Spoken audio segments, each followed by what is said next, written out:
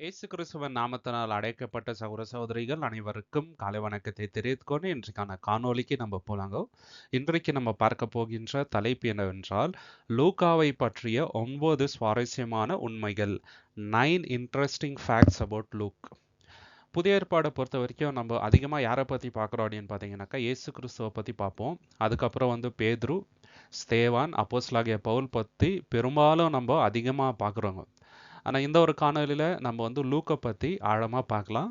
9 சுவாரஸ்யமான விஷயங்கள் இவரை குறித்து நம்ம இதில் தியானிக்கலாம். அதில் முதலாவது விஷயம் என்னன்னு பார்த்தீங்கன்னாக்கா, வெறும் 3 வசனங்களில் தான் அவருடைய பேர் குறிப்பிடப்பட்டு இருக்குது.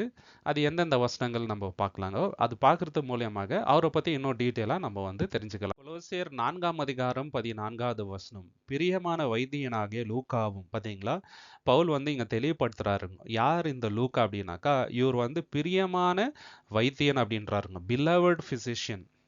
பால் ரொம்ப இவரை லவ் பண்றாரு. அந்த அளவுக்கு ஃப்ரெண்ட்லியாக இருக்கிறாரு, அந்த அளவுக்கு ஹெல்ப்ஃபுல்லாக இருக்கிறாரு. இன்னொரு முக்கியமான பாயிண்ட் என்னன்னு பார்த்தீங்கன்னாக்கா, இவர் ஒரு ஃபிசிஷியன், ஒரு டாக்டராக இருக்கிறாருங்க, ஒரு வைத்தியனாக இருக்கிறாரு. ஏன்னா வைத்தியன் அவசியங்க. ஏன்னா இவங்களோட மிஷினரி ஊழியம் ரொம்ப ஆபத்தானது. நிறைய ஊர்கள் ட்ராவல் பண்ணணும், ஃபுட்டு மாறும், டெம்பரேச்சர் மாறும், ஹெல்த் இஷ்யூஸ் அதிகமாக வரும். தேவன் என்ன பண்ணுறாரு, லூக்கா மாதிரி ஒரு ஆளை கூட அனுப்பி பவுலுக்கு அவரோட ஊழியம் நல்லபடியாக நடக்க ஒரு ஹெல்ப்ஃபுல்லான விஷயத்த பண்ணுறாருங்க.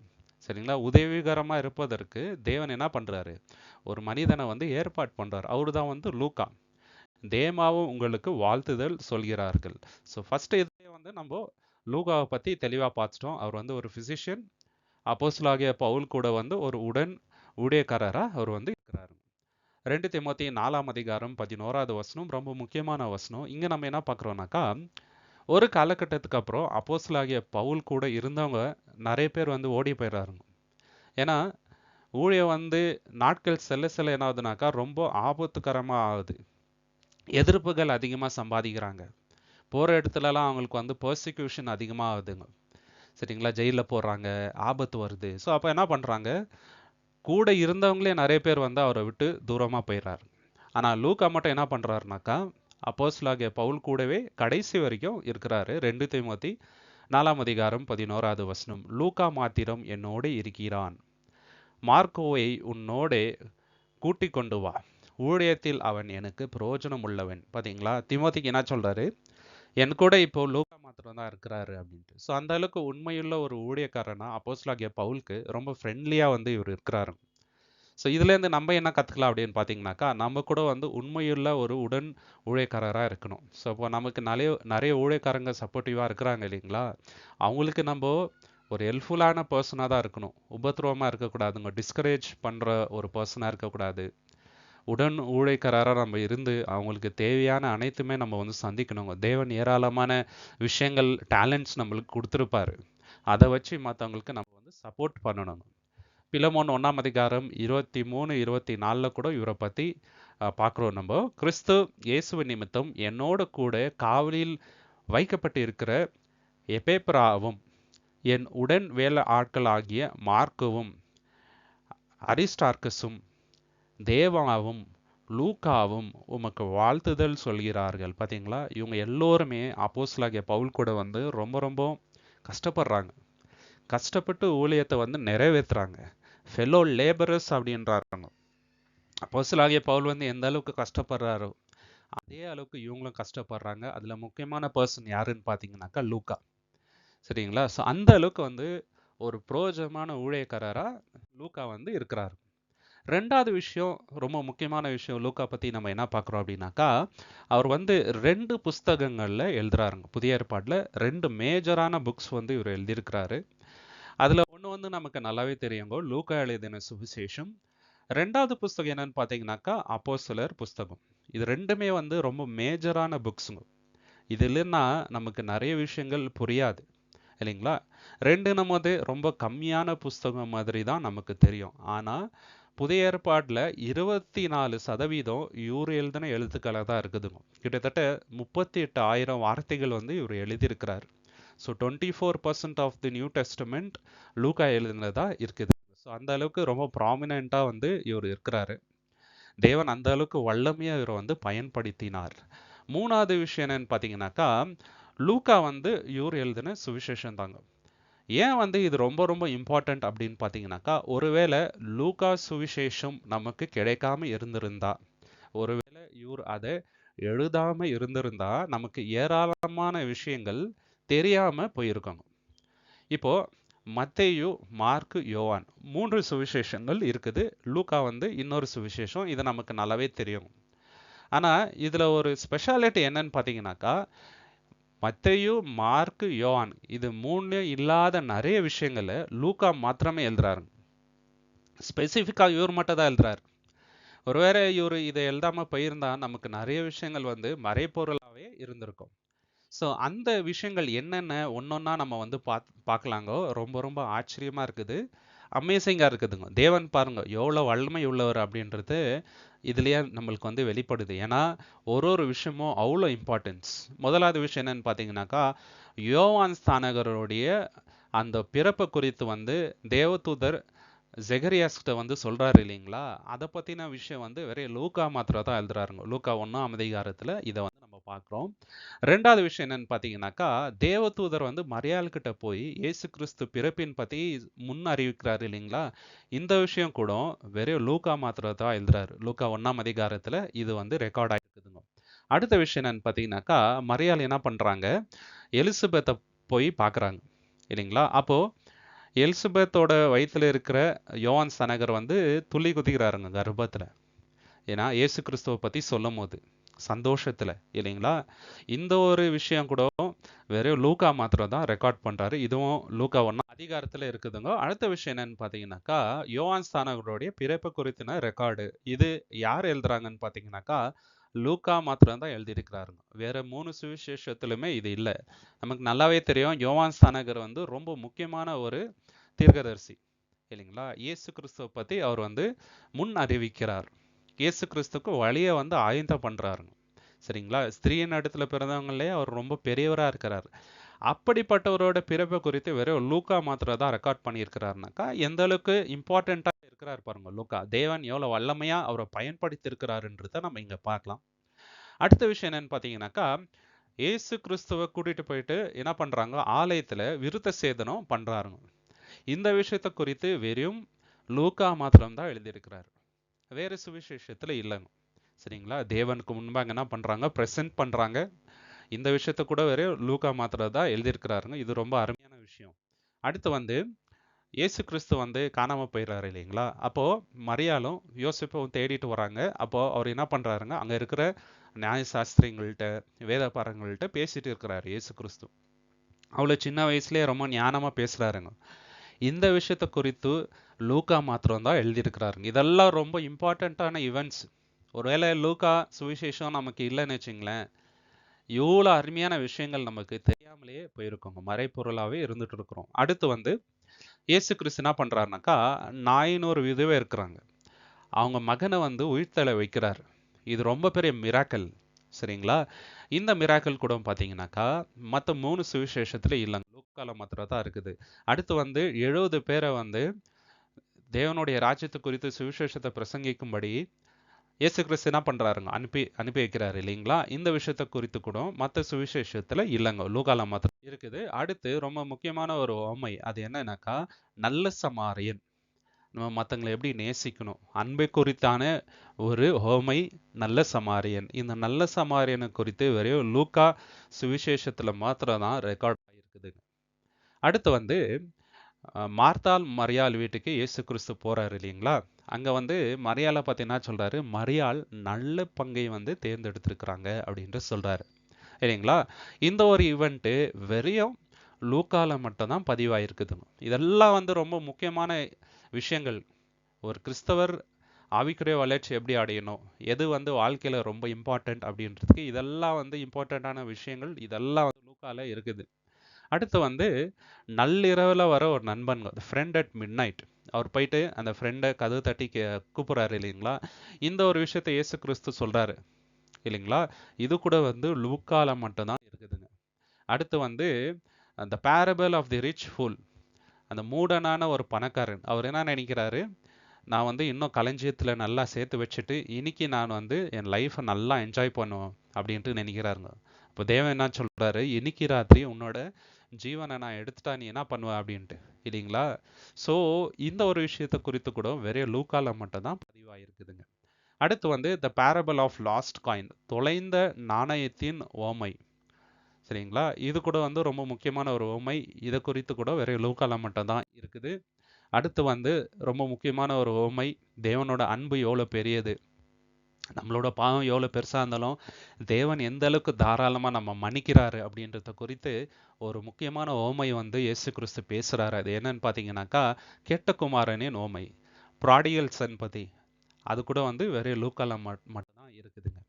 அடுத்து வந்து ஒரு உக்ரானக்காரன். அந்த உக்ரானக்காரன் எப்படி இருக்கிறாருனாக்கா, ரொம்ப தந்திரசாலியாக இருக்கிறாருங்க. சரிங்களா?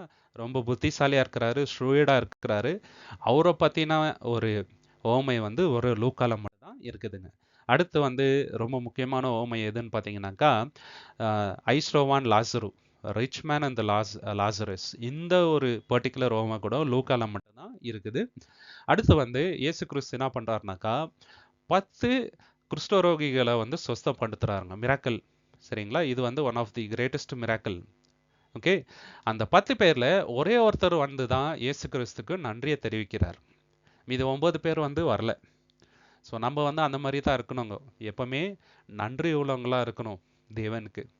ஓகேங்களா? தேவன் எவ்வளோ நன்மைகள் நமக்கு பண்ணியிருப்பாரு, அது தினந்தோறும் நம்ம வந்து நினைவு கூறணுங்க. ஸோ இந்த ஒரு விஷயம் கூட வேற லோக்கால மட்டும் தான் இருக்குதுங்க. அடுத்து வந்து the parable of the persistent widow, ஜெபத்தின் முக்கியத்துவத்தை குறித்து இயேசு கிறிஸ்து ஒரு உவமையை சொல்றாருங்க. ஒரு விதவமா இருக்கிறாங்க, அவங்க போயிட்டு வந்து என்ன பண்ணுறாங்க, எனக்கு ஞாபகம் கிடைக்கணும் அப்படின்னு சொல்லிட்டு திரும்பி திரும்பி போயிட்டு அந்த ராஜா கிட்ட பேசுகிறாங்க. சரிங்களா? ஸோ ஃபஸ்ட்டு வந்து அவங்க சொல்கிறத வந்து காது கொடுத்து கேட்க மாட்டேன்றாருங்க. அந்த அம்மா திரும்பி திரும்பி வர வர அவருக்கே வந்து அவங்க மேலே வந்து ஒரு இறக்கம் வந்துடுதுங்க. அவங்க கேட்டபடி அவங்களுக்கு செஞ்சிடறாரு. இதுதான் வந்து ஜெபத்தோட முக்கியத்துவத்தை குறித்து இயேசு கிறிஸ்து சொன்ன ஒரு உவமை. இது கூட பார்த்தீங்கன்னாக்கா லூக்கால மட்டுமே இருக்குதுங்க. அடுத்து ரொம்ப முக்கியமான ஒரு உவமை, ஜெபம் நம்ம எப்படி பண்ணணும், இல்லைங்களா? எந்த மாதிரி உள்ளத்தோட ஜெபம் பண்ணணும் அப்படின்றதுக்கு ஒரு உவமை இருக்குது. The parable of the Pharisee and the tax collector. சரிங்களா? வரி வசூலிப்பவரும் பரிசேயரும் 2 பேரும் போய் ஜெபம் பண்றாங்க. அப்போ தேவன் யாரோட ஜெபத்தை அங்கீகரித்தார் அப்படின்னு பார்த்தீங்கன்னாக்கா, அந்த டாக்ஸ் கலெக்டர், வரி வசூலிப்பவரோட ஜெபத்தை தான் தேவன் வந்து கேட்டார். ஏன்னா அவ்வளோ மனத்தாழ்மையுடன் அவர் வந்து தேவன்கிட்ட போய் ஜெபம் பண்ணார். இதே மாதிரி தான் நம்மளும் ஜெபம் பண்ணோம், இல்லைங்களா? ஸோ இந்த ஒரு விஷயம் கூட லூக்கால மட்டும்தான் இருக்குது. அடுத்து வந்து இயேசு கிறிஸ்து ஜகையோ அவங்க வீட்டுக்கு போறாருங்க. சரிங்களா? அங்கே போயிட்டு வந்து டின்னர் சாப்பிட வந்து போறாங்க. இந்த ஒரு விஷயம் கூட லூக்கா சுவிசேஷத்துல மட்டும்தான் இருக்குதுங்க. இது கூட ரொம்ப அருமையான விஷயம். அடுத்து வந்து சீஷருங்க மத்தியில வந்து ஒரு ஆர்கியூமெண்ட் வருதுங்க.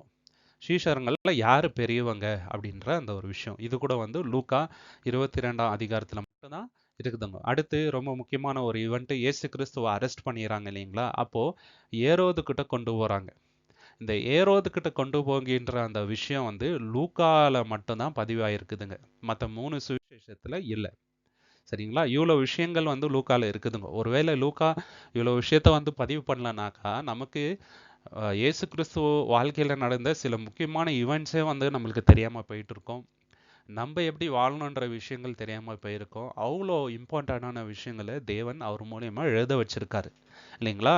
4வது விஷயம் என்னன்னு பார்த்தீங்கன்னாக்கா, லூக்காக்கு இவ்வளோ இன்ஃபர்மேஷன் எங்கே கிடைத்திருக்கும்? ஏன்னா மற்ற சுவிசேஷத்தை எழுதுனாங்க, இல்லைங்களா? மத்தேயு, மார்க், யோவான், அவங்கள பார்க்கலாம் இவர் வந்து ரொம்ப இன்டெப்தா, இன் டீட்டெயிலா ஹிஸ்ட்ரியோட எழுதுறாருங்க. சரிங்களா? அவ்வளோ அத்தன்டிக்காக இருக்குது. எப்படி இவ்வளோ டீட்டெயில்ஸ் வந்து அவருக்கு கிடைத்து அப்படின்றத பற்றி நம்ம பார்க்கலாங்க. அவரே வந்து இதை குறித்து எழுதுறாருங்க. இவ்வளோ டீட்டெயில்ஸ் வந்து அவர் எங்கே ரிசர்ச் பண்ணாரு, யார் யார்கிட்டலாம் இந்த விஷயத்தை குறித்து அவர் இன்வெஸ்டிகேட் பண்ணார் அப்படின்றத தெளிவாக வந்து எழுதுறாரு. லூக்கா 1ஆம் அதிகாரம் 1லேருந்து 3 நம்ம பார்க்கலாங்க. மகா கணம் பொருந்திய தியப்போலிவை, நாங்கள் முழு நிச்சயமாய் நம்புகின்ற சங்கதிகளை. பார்த்தீங்களா? தியோபோலிஸ் அப்படின்றவர்கிட்ட இவர் வந்து எழுதி இதை வந்து கொடுக்குறாரு. சரிங்களா? ஸோ தியோபோலு அப்படின்றவர் வந்து ஒரு நல்ல ஸ்டேட்டஸில் இருக்கிற ஒரு மனிதன் தாங்க. இது பார்த்தாலே நல்லா தெரிதுங்க. ஏன் என்ன சொல்கிறாருனாக்கா, த மோஸ்ட் எக்ஸலண்ட் தியோபோலிஸ் அப்படின்றார். ஓகேங்களா? ஸோ இந்த மாரி ஒரு மனிதன்கிட்ட சில விஷயங்கள எழுதி குடுக்கணும் அப்படின்னாக்கா, ஏனோ தானோன்ட்டு எழுத முடியாது. நெறைய ஃபேக்ட் செக் பண்ணணும். ஹிஸ்டாரிக்கலா அது வந்து கரெக்ட்டா டேட்டா அப்படின்றத செக் பண்ணணும். ஸோ அதனால அவர் என்ன சொல்றாருனாக்கா, நாங்க நம்புன சங்கதிகள் அப்படின்றாருங்க. அவர் இயேசு கிறிஸ்துவ வந்து முழு மனசா நம்புறாரு. வெறும் நம்பிக்கைய மட்டும் வச்சுட்டு இந்த ஒரு புஸ்தகத்த அவர் வந்து எழுதலங்க. அவர் என்ன பண்றாருனாக்கா, நல்லா ரிசர்ச் பண்றாருங்க. 2வது வசனத்துல இன்னும் டீட்டெயிலா சொல்றாரு பாருங்க. ஆரம்பம் முதல் கண்ணார் கண்டு வசனத்தை போதிக்கிறவர்கள் எங்களுக்கு ஒப்புவித்தபடியே அவைகளை குறித்து சரித்திரம் எழுத அநேக பேர் ஏற்பட்டபடியினால் பாத்தீங்களா, கண்ணால் கண்ட சாட்சிகள் அநேக பேர் இருந்தாங்க. ஆரம்பம் முதல் இயேசு கிறிஸ்து கூட இருந்தவங்க, கண்ணால பார்த்தவங்க, அவங்க கிட்ட எல்லாம் போய் ஒரு இன்வெஸ்டிகேட் பண்ணி இந்த விஷயங்களை எழுதுறாருங்க. அது மாத்திரம் இல்லாம த மினிஸ்டர்ஸ் ஆஃப் வேர்ட் என்றாருங்க. இயேசு கிறிஸ்துவோட சுவிசேஷத்தை யாரெல்லாம் பிரசங்கம் பண்ணாங்களோ அவங்க கிட்ட எல்லாம் இவர் போயிட்டு பேசி இந்த விஷயங்களை வந்து ஹிஸ்டாரிக்கலா ஒன்னொன்னா வகைப்படுத்தி எல்லாத்தையும் தெளிவா வந்து எழுதுறாரு. ஏனோதானன்ட்டு எழுதலாங்க. இவ்வளோ ரிசர்ச் வந்து பின்னாடி இருக்குதுங்க. இப்போ நம்ம கிட்ட கூகுளுக்கு எது ஈஸியா ரிசர்ச் பண்ணலாம். ஆனா அந்த காலத்துல அப்படி இல்லைங்க. இவர் என்ன பண்றாரு, இவ்வளோ கிரவுண்ட் ஒர்க் வந்து பண்றாரு. சரிங்களா? ஆதி முதல் எல்லாவற்றையும் திட்டமாய் விசாரிக்க நானும் உமக்கு உபதேசிக்கப்பட்ட விசேஷங்களின் நிச்சயத்தை நீ அறிய வேண்டும் என்று. பாத்தீங்களா? ஆதி முதல் எல்லாவற்றையும் திட்டமாய் கிளியரா வந்து எழுதுறாருங்க. இவ்வளோ ஒர்க் வந்து லூக்கா பண்ணியிருக்கிறாரு. ஸோ சாதாரணமா இந்த ஒரு சுவிசேஷம் நம்ம கையில வரல. சரிங்களா? ஸோ இப்போ இவருக்கு எங்கெல்லாம் வந்து சோர்சஸ் கிடைச்சிருப்பாங்க, யார்கிட்டலாம் வந்து இயேசு கிறிஸ்துவ பத்தி அவர் விசாரிச்சுப்பாரு அப்படின்னு பார்த்தீங்கன்னாக்கா, முக்கியமா மரியாள் கிட்ட அவர் வந்து விசாரிச்சிருப்பாருங்க. இத வந்து லூக்கா சுவிசேஷம் நம்ம படிக்கும் போதே புரிஞ்சுக்கலாம். மரியாள் கிட்ட இவர் பேசி தான் வந்து இந்த வசனங்களை எழுதியிருக்கிறார் அப்படின்றது. அதுக்கு ஒரு ஆதாரம் லூக்கா 2ஆம் அதிகாரம் 19வது வசனம் ஒரு ஆதாரங்க. மரியாளோ அந்த சங்கதிகளை எல்லாம் தன் இதயத்திலே வைத்து சிந்தனை பண்ணினாள். பாத்தீங்களா? மரியாள் என்ன பண்றாங்க, அந்த சங்கதிகள் எல்லாத்தையும் வந்து மனசுல வச்சுட்டு சிந்தனை பண்றாங்க. இப்போ மரியாள் வந்து மனசுல சிந்தனை பண்றது லூக்காக்கு எப்படி தெரியும் அப்படின்னாக்கா, அந்த காலகட்டத்துல இயேசு கிறிஸ்து மரித்த பின்பு மரியாள் யார் கூட இருக்கிறாங்கன்னு பார்த்தீங்கன்னாக்கா, சீஷருங்க கூட தான் இருக்கிறாங்க. அந்த 120 பேர் இருக்கிறாங்க இல்லைங்களா, அந்த இடத்துல கூட மரியாள் வந்து இருக்கிறாங்க. ஸோ மரியாள் கிட்ட இவர் பேசுறாருங்க. பேசி இயேசு கிறிஸ்துவை பத்தி நல்லா தெரிஞ்சுக்கிட்டு தான் இந்த ஒரு விஷயத்தை எழுதுறாருங்க. ஸோ அதனால தான் மரியாள் வந்து மனசுல சிந்தனை பண்ணுது எல்லாமே வந்து இவர் இங்க தெளிவா எழுதுறாரு பாருங்க. சரிங்களா? இன்னொரு விஷயம் கூட நம்ம பார்க்கிறோம். லூக்கா 2ஆம் அதிகாரம் 51ல கூட இதே மாதிரி எழுதுறாரு. பின்பு அவர் அவர்களுடனே கூட போய் நசரேத்தில் ஊரில் சேர்ந்து அவர்களுக்கு கீழ்ப்படிந்திருந்தார். அவருடைய தாயார் இந்த சங்கதிகள் எல்லாம் தன் இதயத்திலே வைத்து கொண்டாள். பாத்தீங்களா? அவங்களோட தாயார் என்ன பண்ணாங்க, எல்லா சங்கதியும் அவங்க மனசுல வந்து வைத்துட்டு இருந்தாங்க இதயத்துல அப்படின்ட்டு லூக்கா எழுதுறாரு. ஸோ இந்த விஷயம் அவருக்கு எப்படி தெரிஞ்சிருக்கும், மரியாள் தான் கண்டிப்பா சொல்லியிருக்கணும் இல்லைங்களா? ஸோ இதெல்லாம் வந்து சோர்சஸ்ங்க அவருக்கு, எப்படி லூக்கா சுவிசேஷத்தை அவர் எழுதியிருப்பார் அப்படின்றது. இன்னொரு சோர்ஸ் யாருன்னு பார்த்தீங்கன்னாக்கா, ஆப்வியஸ்லி அப்போஸ்தலனாகிய பவுல். ஏன்னா அப்போஸ்தலனாகிய பவுலுக்கு வந்து இவர் உடன் ஊழியக்காரருங்க இல்லைங்களா? ஸோ பவுல் வந்து நிறைய விஷயங்களை வந்து இவருக்கு சொல்லியிருப்பார் இயேசுவை பத்தி. சரிங்களா? ஏன்னா பவுல் வந்து ரொம்ப ரொம்ப வந்து இன்ஃப்ளூயன்ஷியல் பர்சனுங்க இல்லையா? அவருக்கு நிறைய நாலேஜ் இருந்தது. அவர் வந்து நிறைய விஷயங்களை வந்து அவர் சொல்லியிருப்பாரு. இன்ஃபேக்ட் வந்து ஒரு இம்பார்ட்டண்ட்டான எக்ஸாம்பிள் வந்து நம்ம பார்க்கலாம். இப்போ லூக்கா வந்து அப்பம் பிக்குதலை பத்தி எழுதுறாருங்க. இது கூட வந்து வேற எந்த சுவிசேஷத்திலையும் இல்லை. என்னை நினைவு கூறும்படி இதை செய்யுங்க அப்படின்ட்டு இயேசு கிறிஸ்து சொல்றாரு இல்லைங்களா? இந்த வார்த்தை மற்ற 3 சுவிசேஷத்திலையும் இல்லைங்க. லூக்கா 22 19 20ல பின்பு அவர் அப்பத்தை எடுத்து ஸ்தோத்திரம் பண்ணி அதை பிட்டு அவர்களுக்கு கொடுத்து, இது உங்களுக்காக கொடுக்கப்படுகின்ற என்னுடைய சரீரமாய் இருக்கிறது, என்னை நினைவு கூறும்படி இதை செய்யுங்கள் என்றார். பாத்தீங்களா? என்னை நினைவு கூறும்படி இதை செய்யுங்கள் அப்படின்ட்டு இந்த சொல்ற விஷயம் இது மற்ற சுவிசேஷங்கள்ல இல்லை. போஜனம் பண்ணும் பின்பு அவர் அந்தபடியே பாத்திரத்தையும் கொடுத்து, இந்த பாத்திரம் உங்களுக்காக சிந்தப்படுகின்ற என்னுடைய ரத்தமாய் இருக்கின்றது, புதிய உடன்படிக்கையாய் இருக்கிறது என்றார். பாத்தீங்களா? இந்த ஒரு விஷயம் நம்ம கொரிந்தியர்ல பாக்குறோங்க. கொரிந்தியர்ல லிங்க் இருக்குது, லூக்கால இருக்குது, மற்ற சுவிசேஷங்கள்ல இல்லை. ஸோ இதுலேருந்தே நமக்கு நல்லா தெரியுது அப்போஸ்தலனாகிய பவுலும் லூக்காவும் இதை குறித்து வந்து பேசிக்கணுங்க. இல்லைன்னா 2 பேரும் ஒரே மாதிரி எழுத மாட்டாங்க இல்லைங்களா? 1 கொரிந்தியர் 11ஆம் அதிகாரம் 24வது வசனம், ஸ்தோத்திரம் பண்ணி அதை பிட்டு நீங்கள் வாங்கி புசியுங்கள், இது உங்களுக்காக பிக்கப்படுகின்ற என்னுடைய சரீரமாய் இருக்கிறது, என்னை நினைவு கூறும்படி இதை செய்யுங்கள் என்றார். பார்த்தீங்களா? அடுத்த வசனமும் அதே மாதிரி தான் இருக்குதுங்க. 25ல போஜனம் பண்ண பின்பு அவர் அந்தபடியே பாத்திரத்தையும் எடுத்து, இந்த பாத்திரம் என் இரத்தமாகிய புதிய உடன்படிக்கையாய் இருக்கிறது, நீங்கள் இதை பானம் பண்ணும் போதெல்லாம் என்னை நினைவு கூறும்படி இதை செய்யுங்கள் என்றார். பார்த்தீங்களா? பவுலும் லூக்காவும் இந்த விஷயத்துல ஒரே மாதிரி எழுதுறாங்க. எப்படி? 2 பேரும் டிஸ்கஸ் பண்ணிதாங்க. பவுல் வந்து முக்கியமான சோர்ஸ் லூக்காக்கு, அடுத்து வந்து அப்போஸ்தலனாகிய பேதுருவும் ஒரு சோர்ஸுங்க. ஏன்னா சமகாலத்தில் ஊழியம் பண்ண முக்கியமான தலைங்க இவங்க எல்லாம். அப்போஸ்தலனாகிய பவுல் ஒரு பக்கம் ஊழியம் பண்ணிட்டு இருந்தாரு, பேதுரு ஒரு பக்கம் ஊழியம் பண்ணிட்டு இருந்தாரு.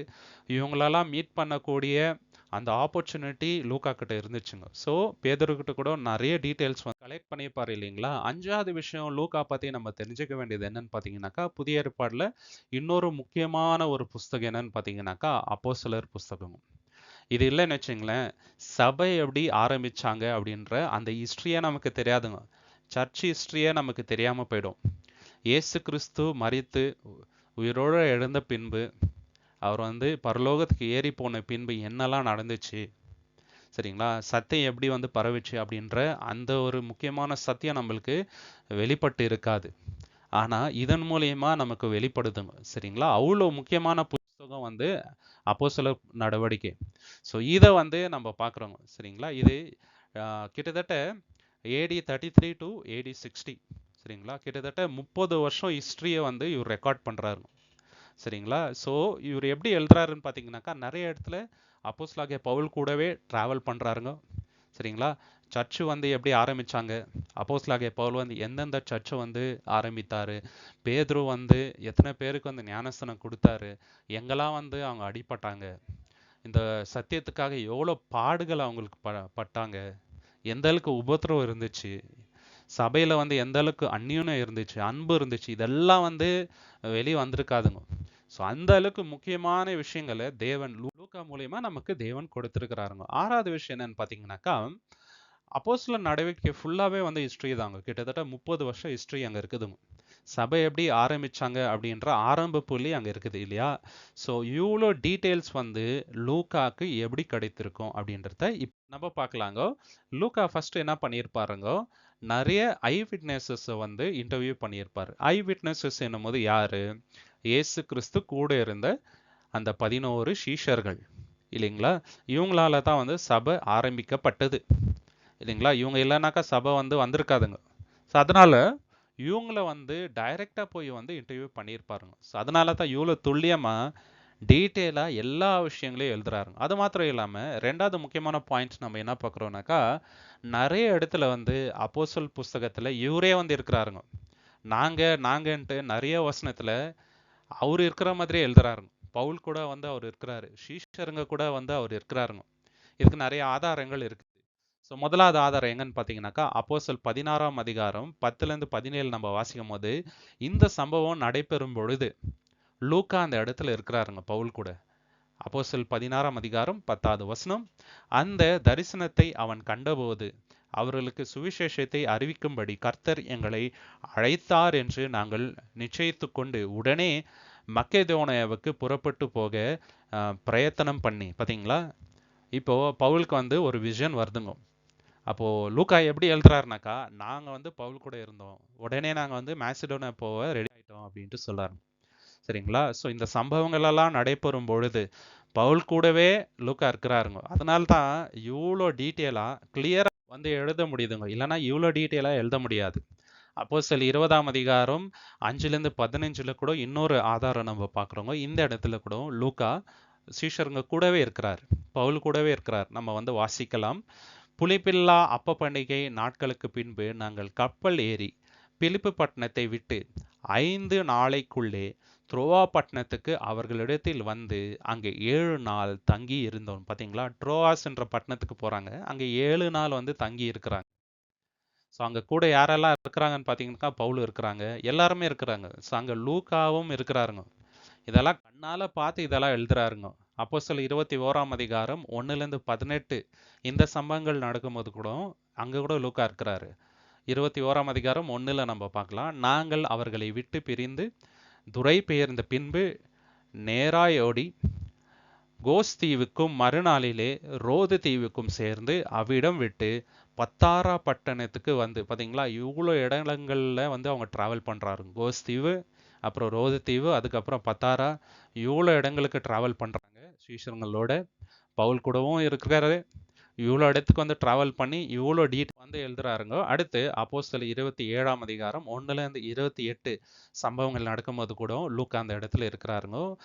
அப்போஸ்தலர் 27ஆம் அதிகாரம் 1வது வசனத்துல நம்ம பார்க்கலாங்க. நாங்கள் இத்தாலியா தேசத்துக்கு கப்பல் ஏறி போகும்படி தீர்மானிக்கப்பட்ட போது பவுலையும் காவலில் வைக்கப்பட்டிருந்த வேறு சிலரையும் அகஸ்து பட்டாளத்தை சேர்ந்த யூலியு என்னும் பேர் கொண்ட 100க்கு அதிபதியின் இடத்தில் ஒப்புவித்தார்கள். இங்க பவுலியும் சில பேர் என்ன பண்றாங்கன்னு பாத்தீங்கன்னாக்கா, ஜூலியஸ் அப்படின்ற ஒரு 100க்கு அதிபதி கிட்ட ஒப்பு கொடுக்குறாங்க. இந்த இடத்துல என்ன ஆகுதுனாக்கா, லூக்கா வந்து வேற இடத்துக்கு போறாங்க, பவுல் வந்து இந்த இடத்துல விட்டுறாங்க. ஸோ இங்க வந்து அவங்களுக்கு வந்து ஒரு பிரிவினை ஏற்படுது, வேற வேற இடத்துக்கு போறாங்க.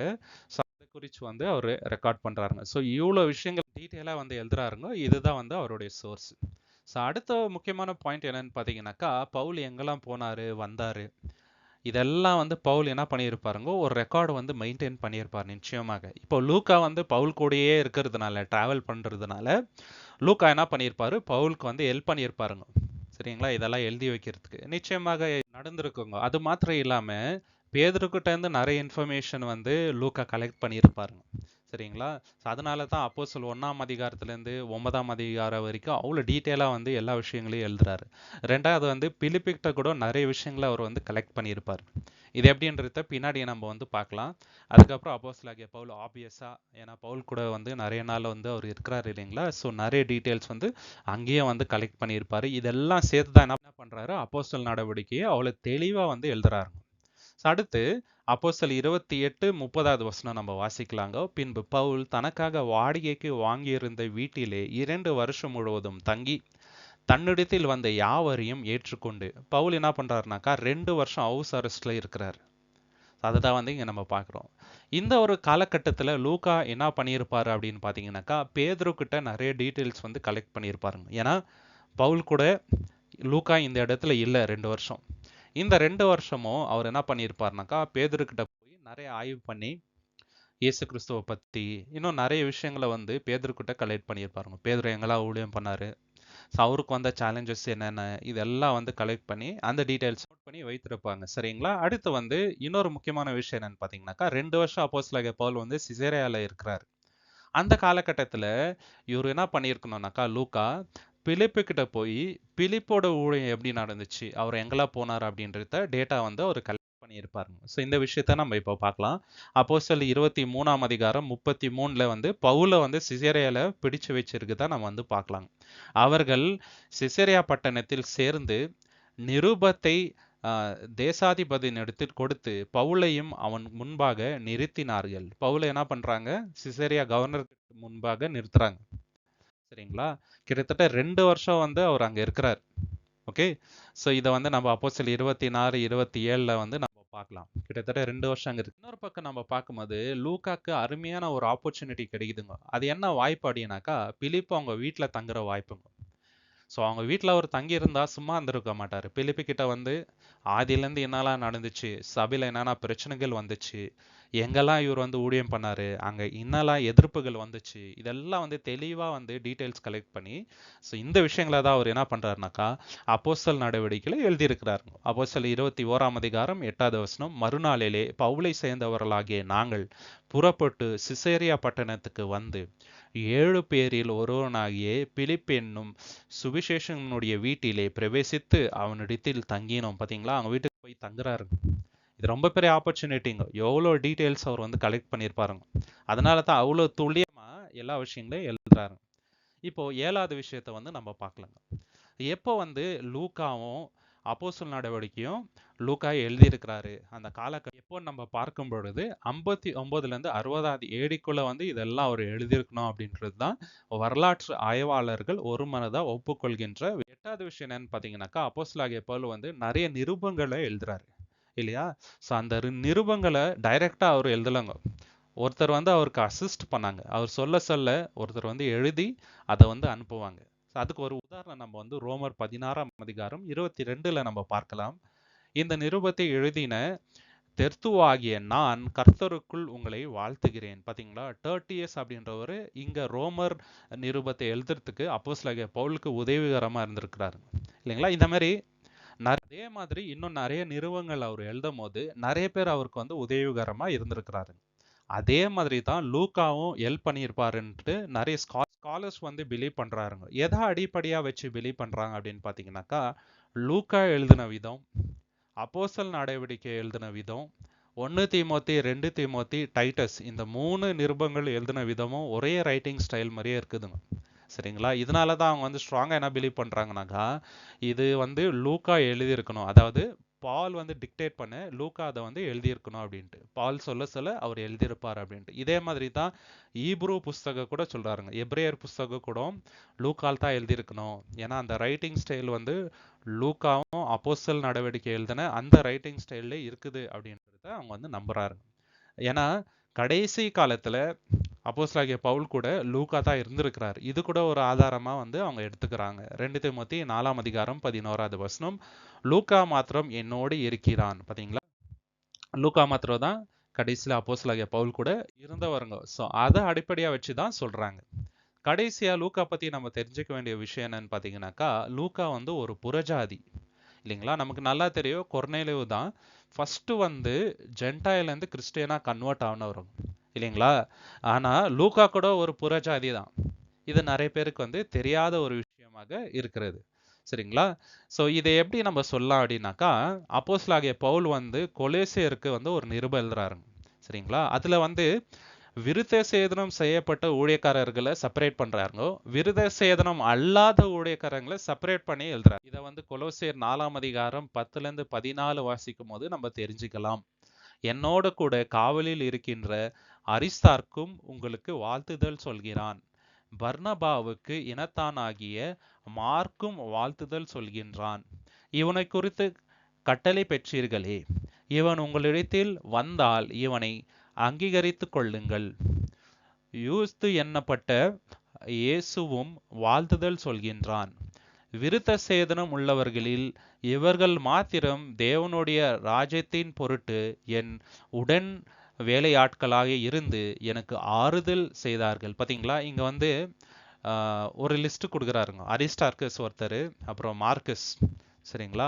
அதுக்கப்புறம் வந்து ஜீசஸ் என்னப்பட்ட ஜஸ்டஸ் என்பவருங்க. இவங்கெல்லாம் வந்து விருத்த சேதனம் செய்யப்பட்டவர்கள், அதாவது இவங்கெல்லாம் யூதர்கள் அப்படின்றாருங்க. இதுக்கப்புறம் இன்னொரு லிஸ்ட் கொடுக்குறாருங்க. அது யாருனாக்கா எப்பாப்ராஸ். அது வந்து 12வது வசனத்துல சொல்றாரு. சரிங்களா?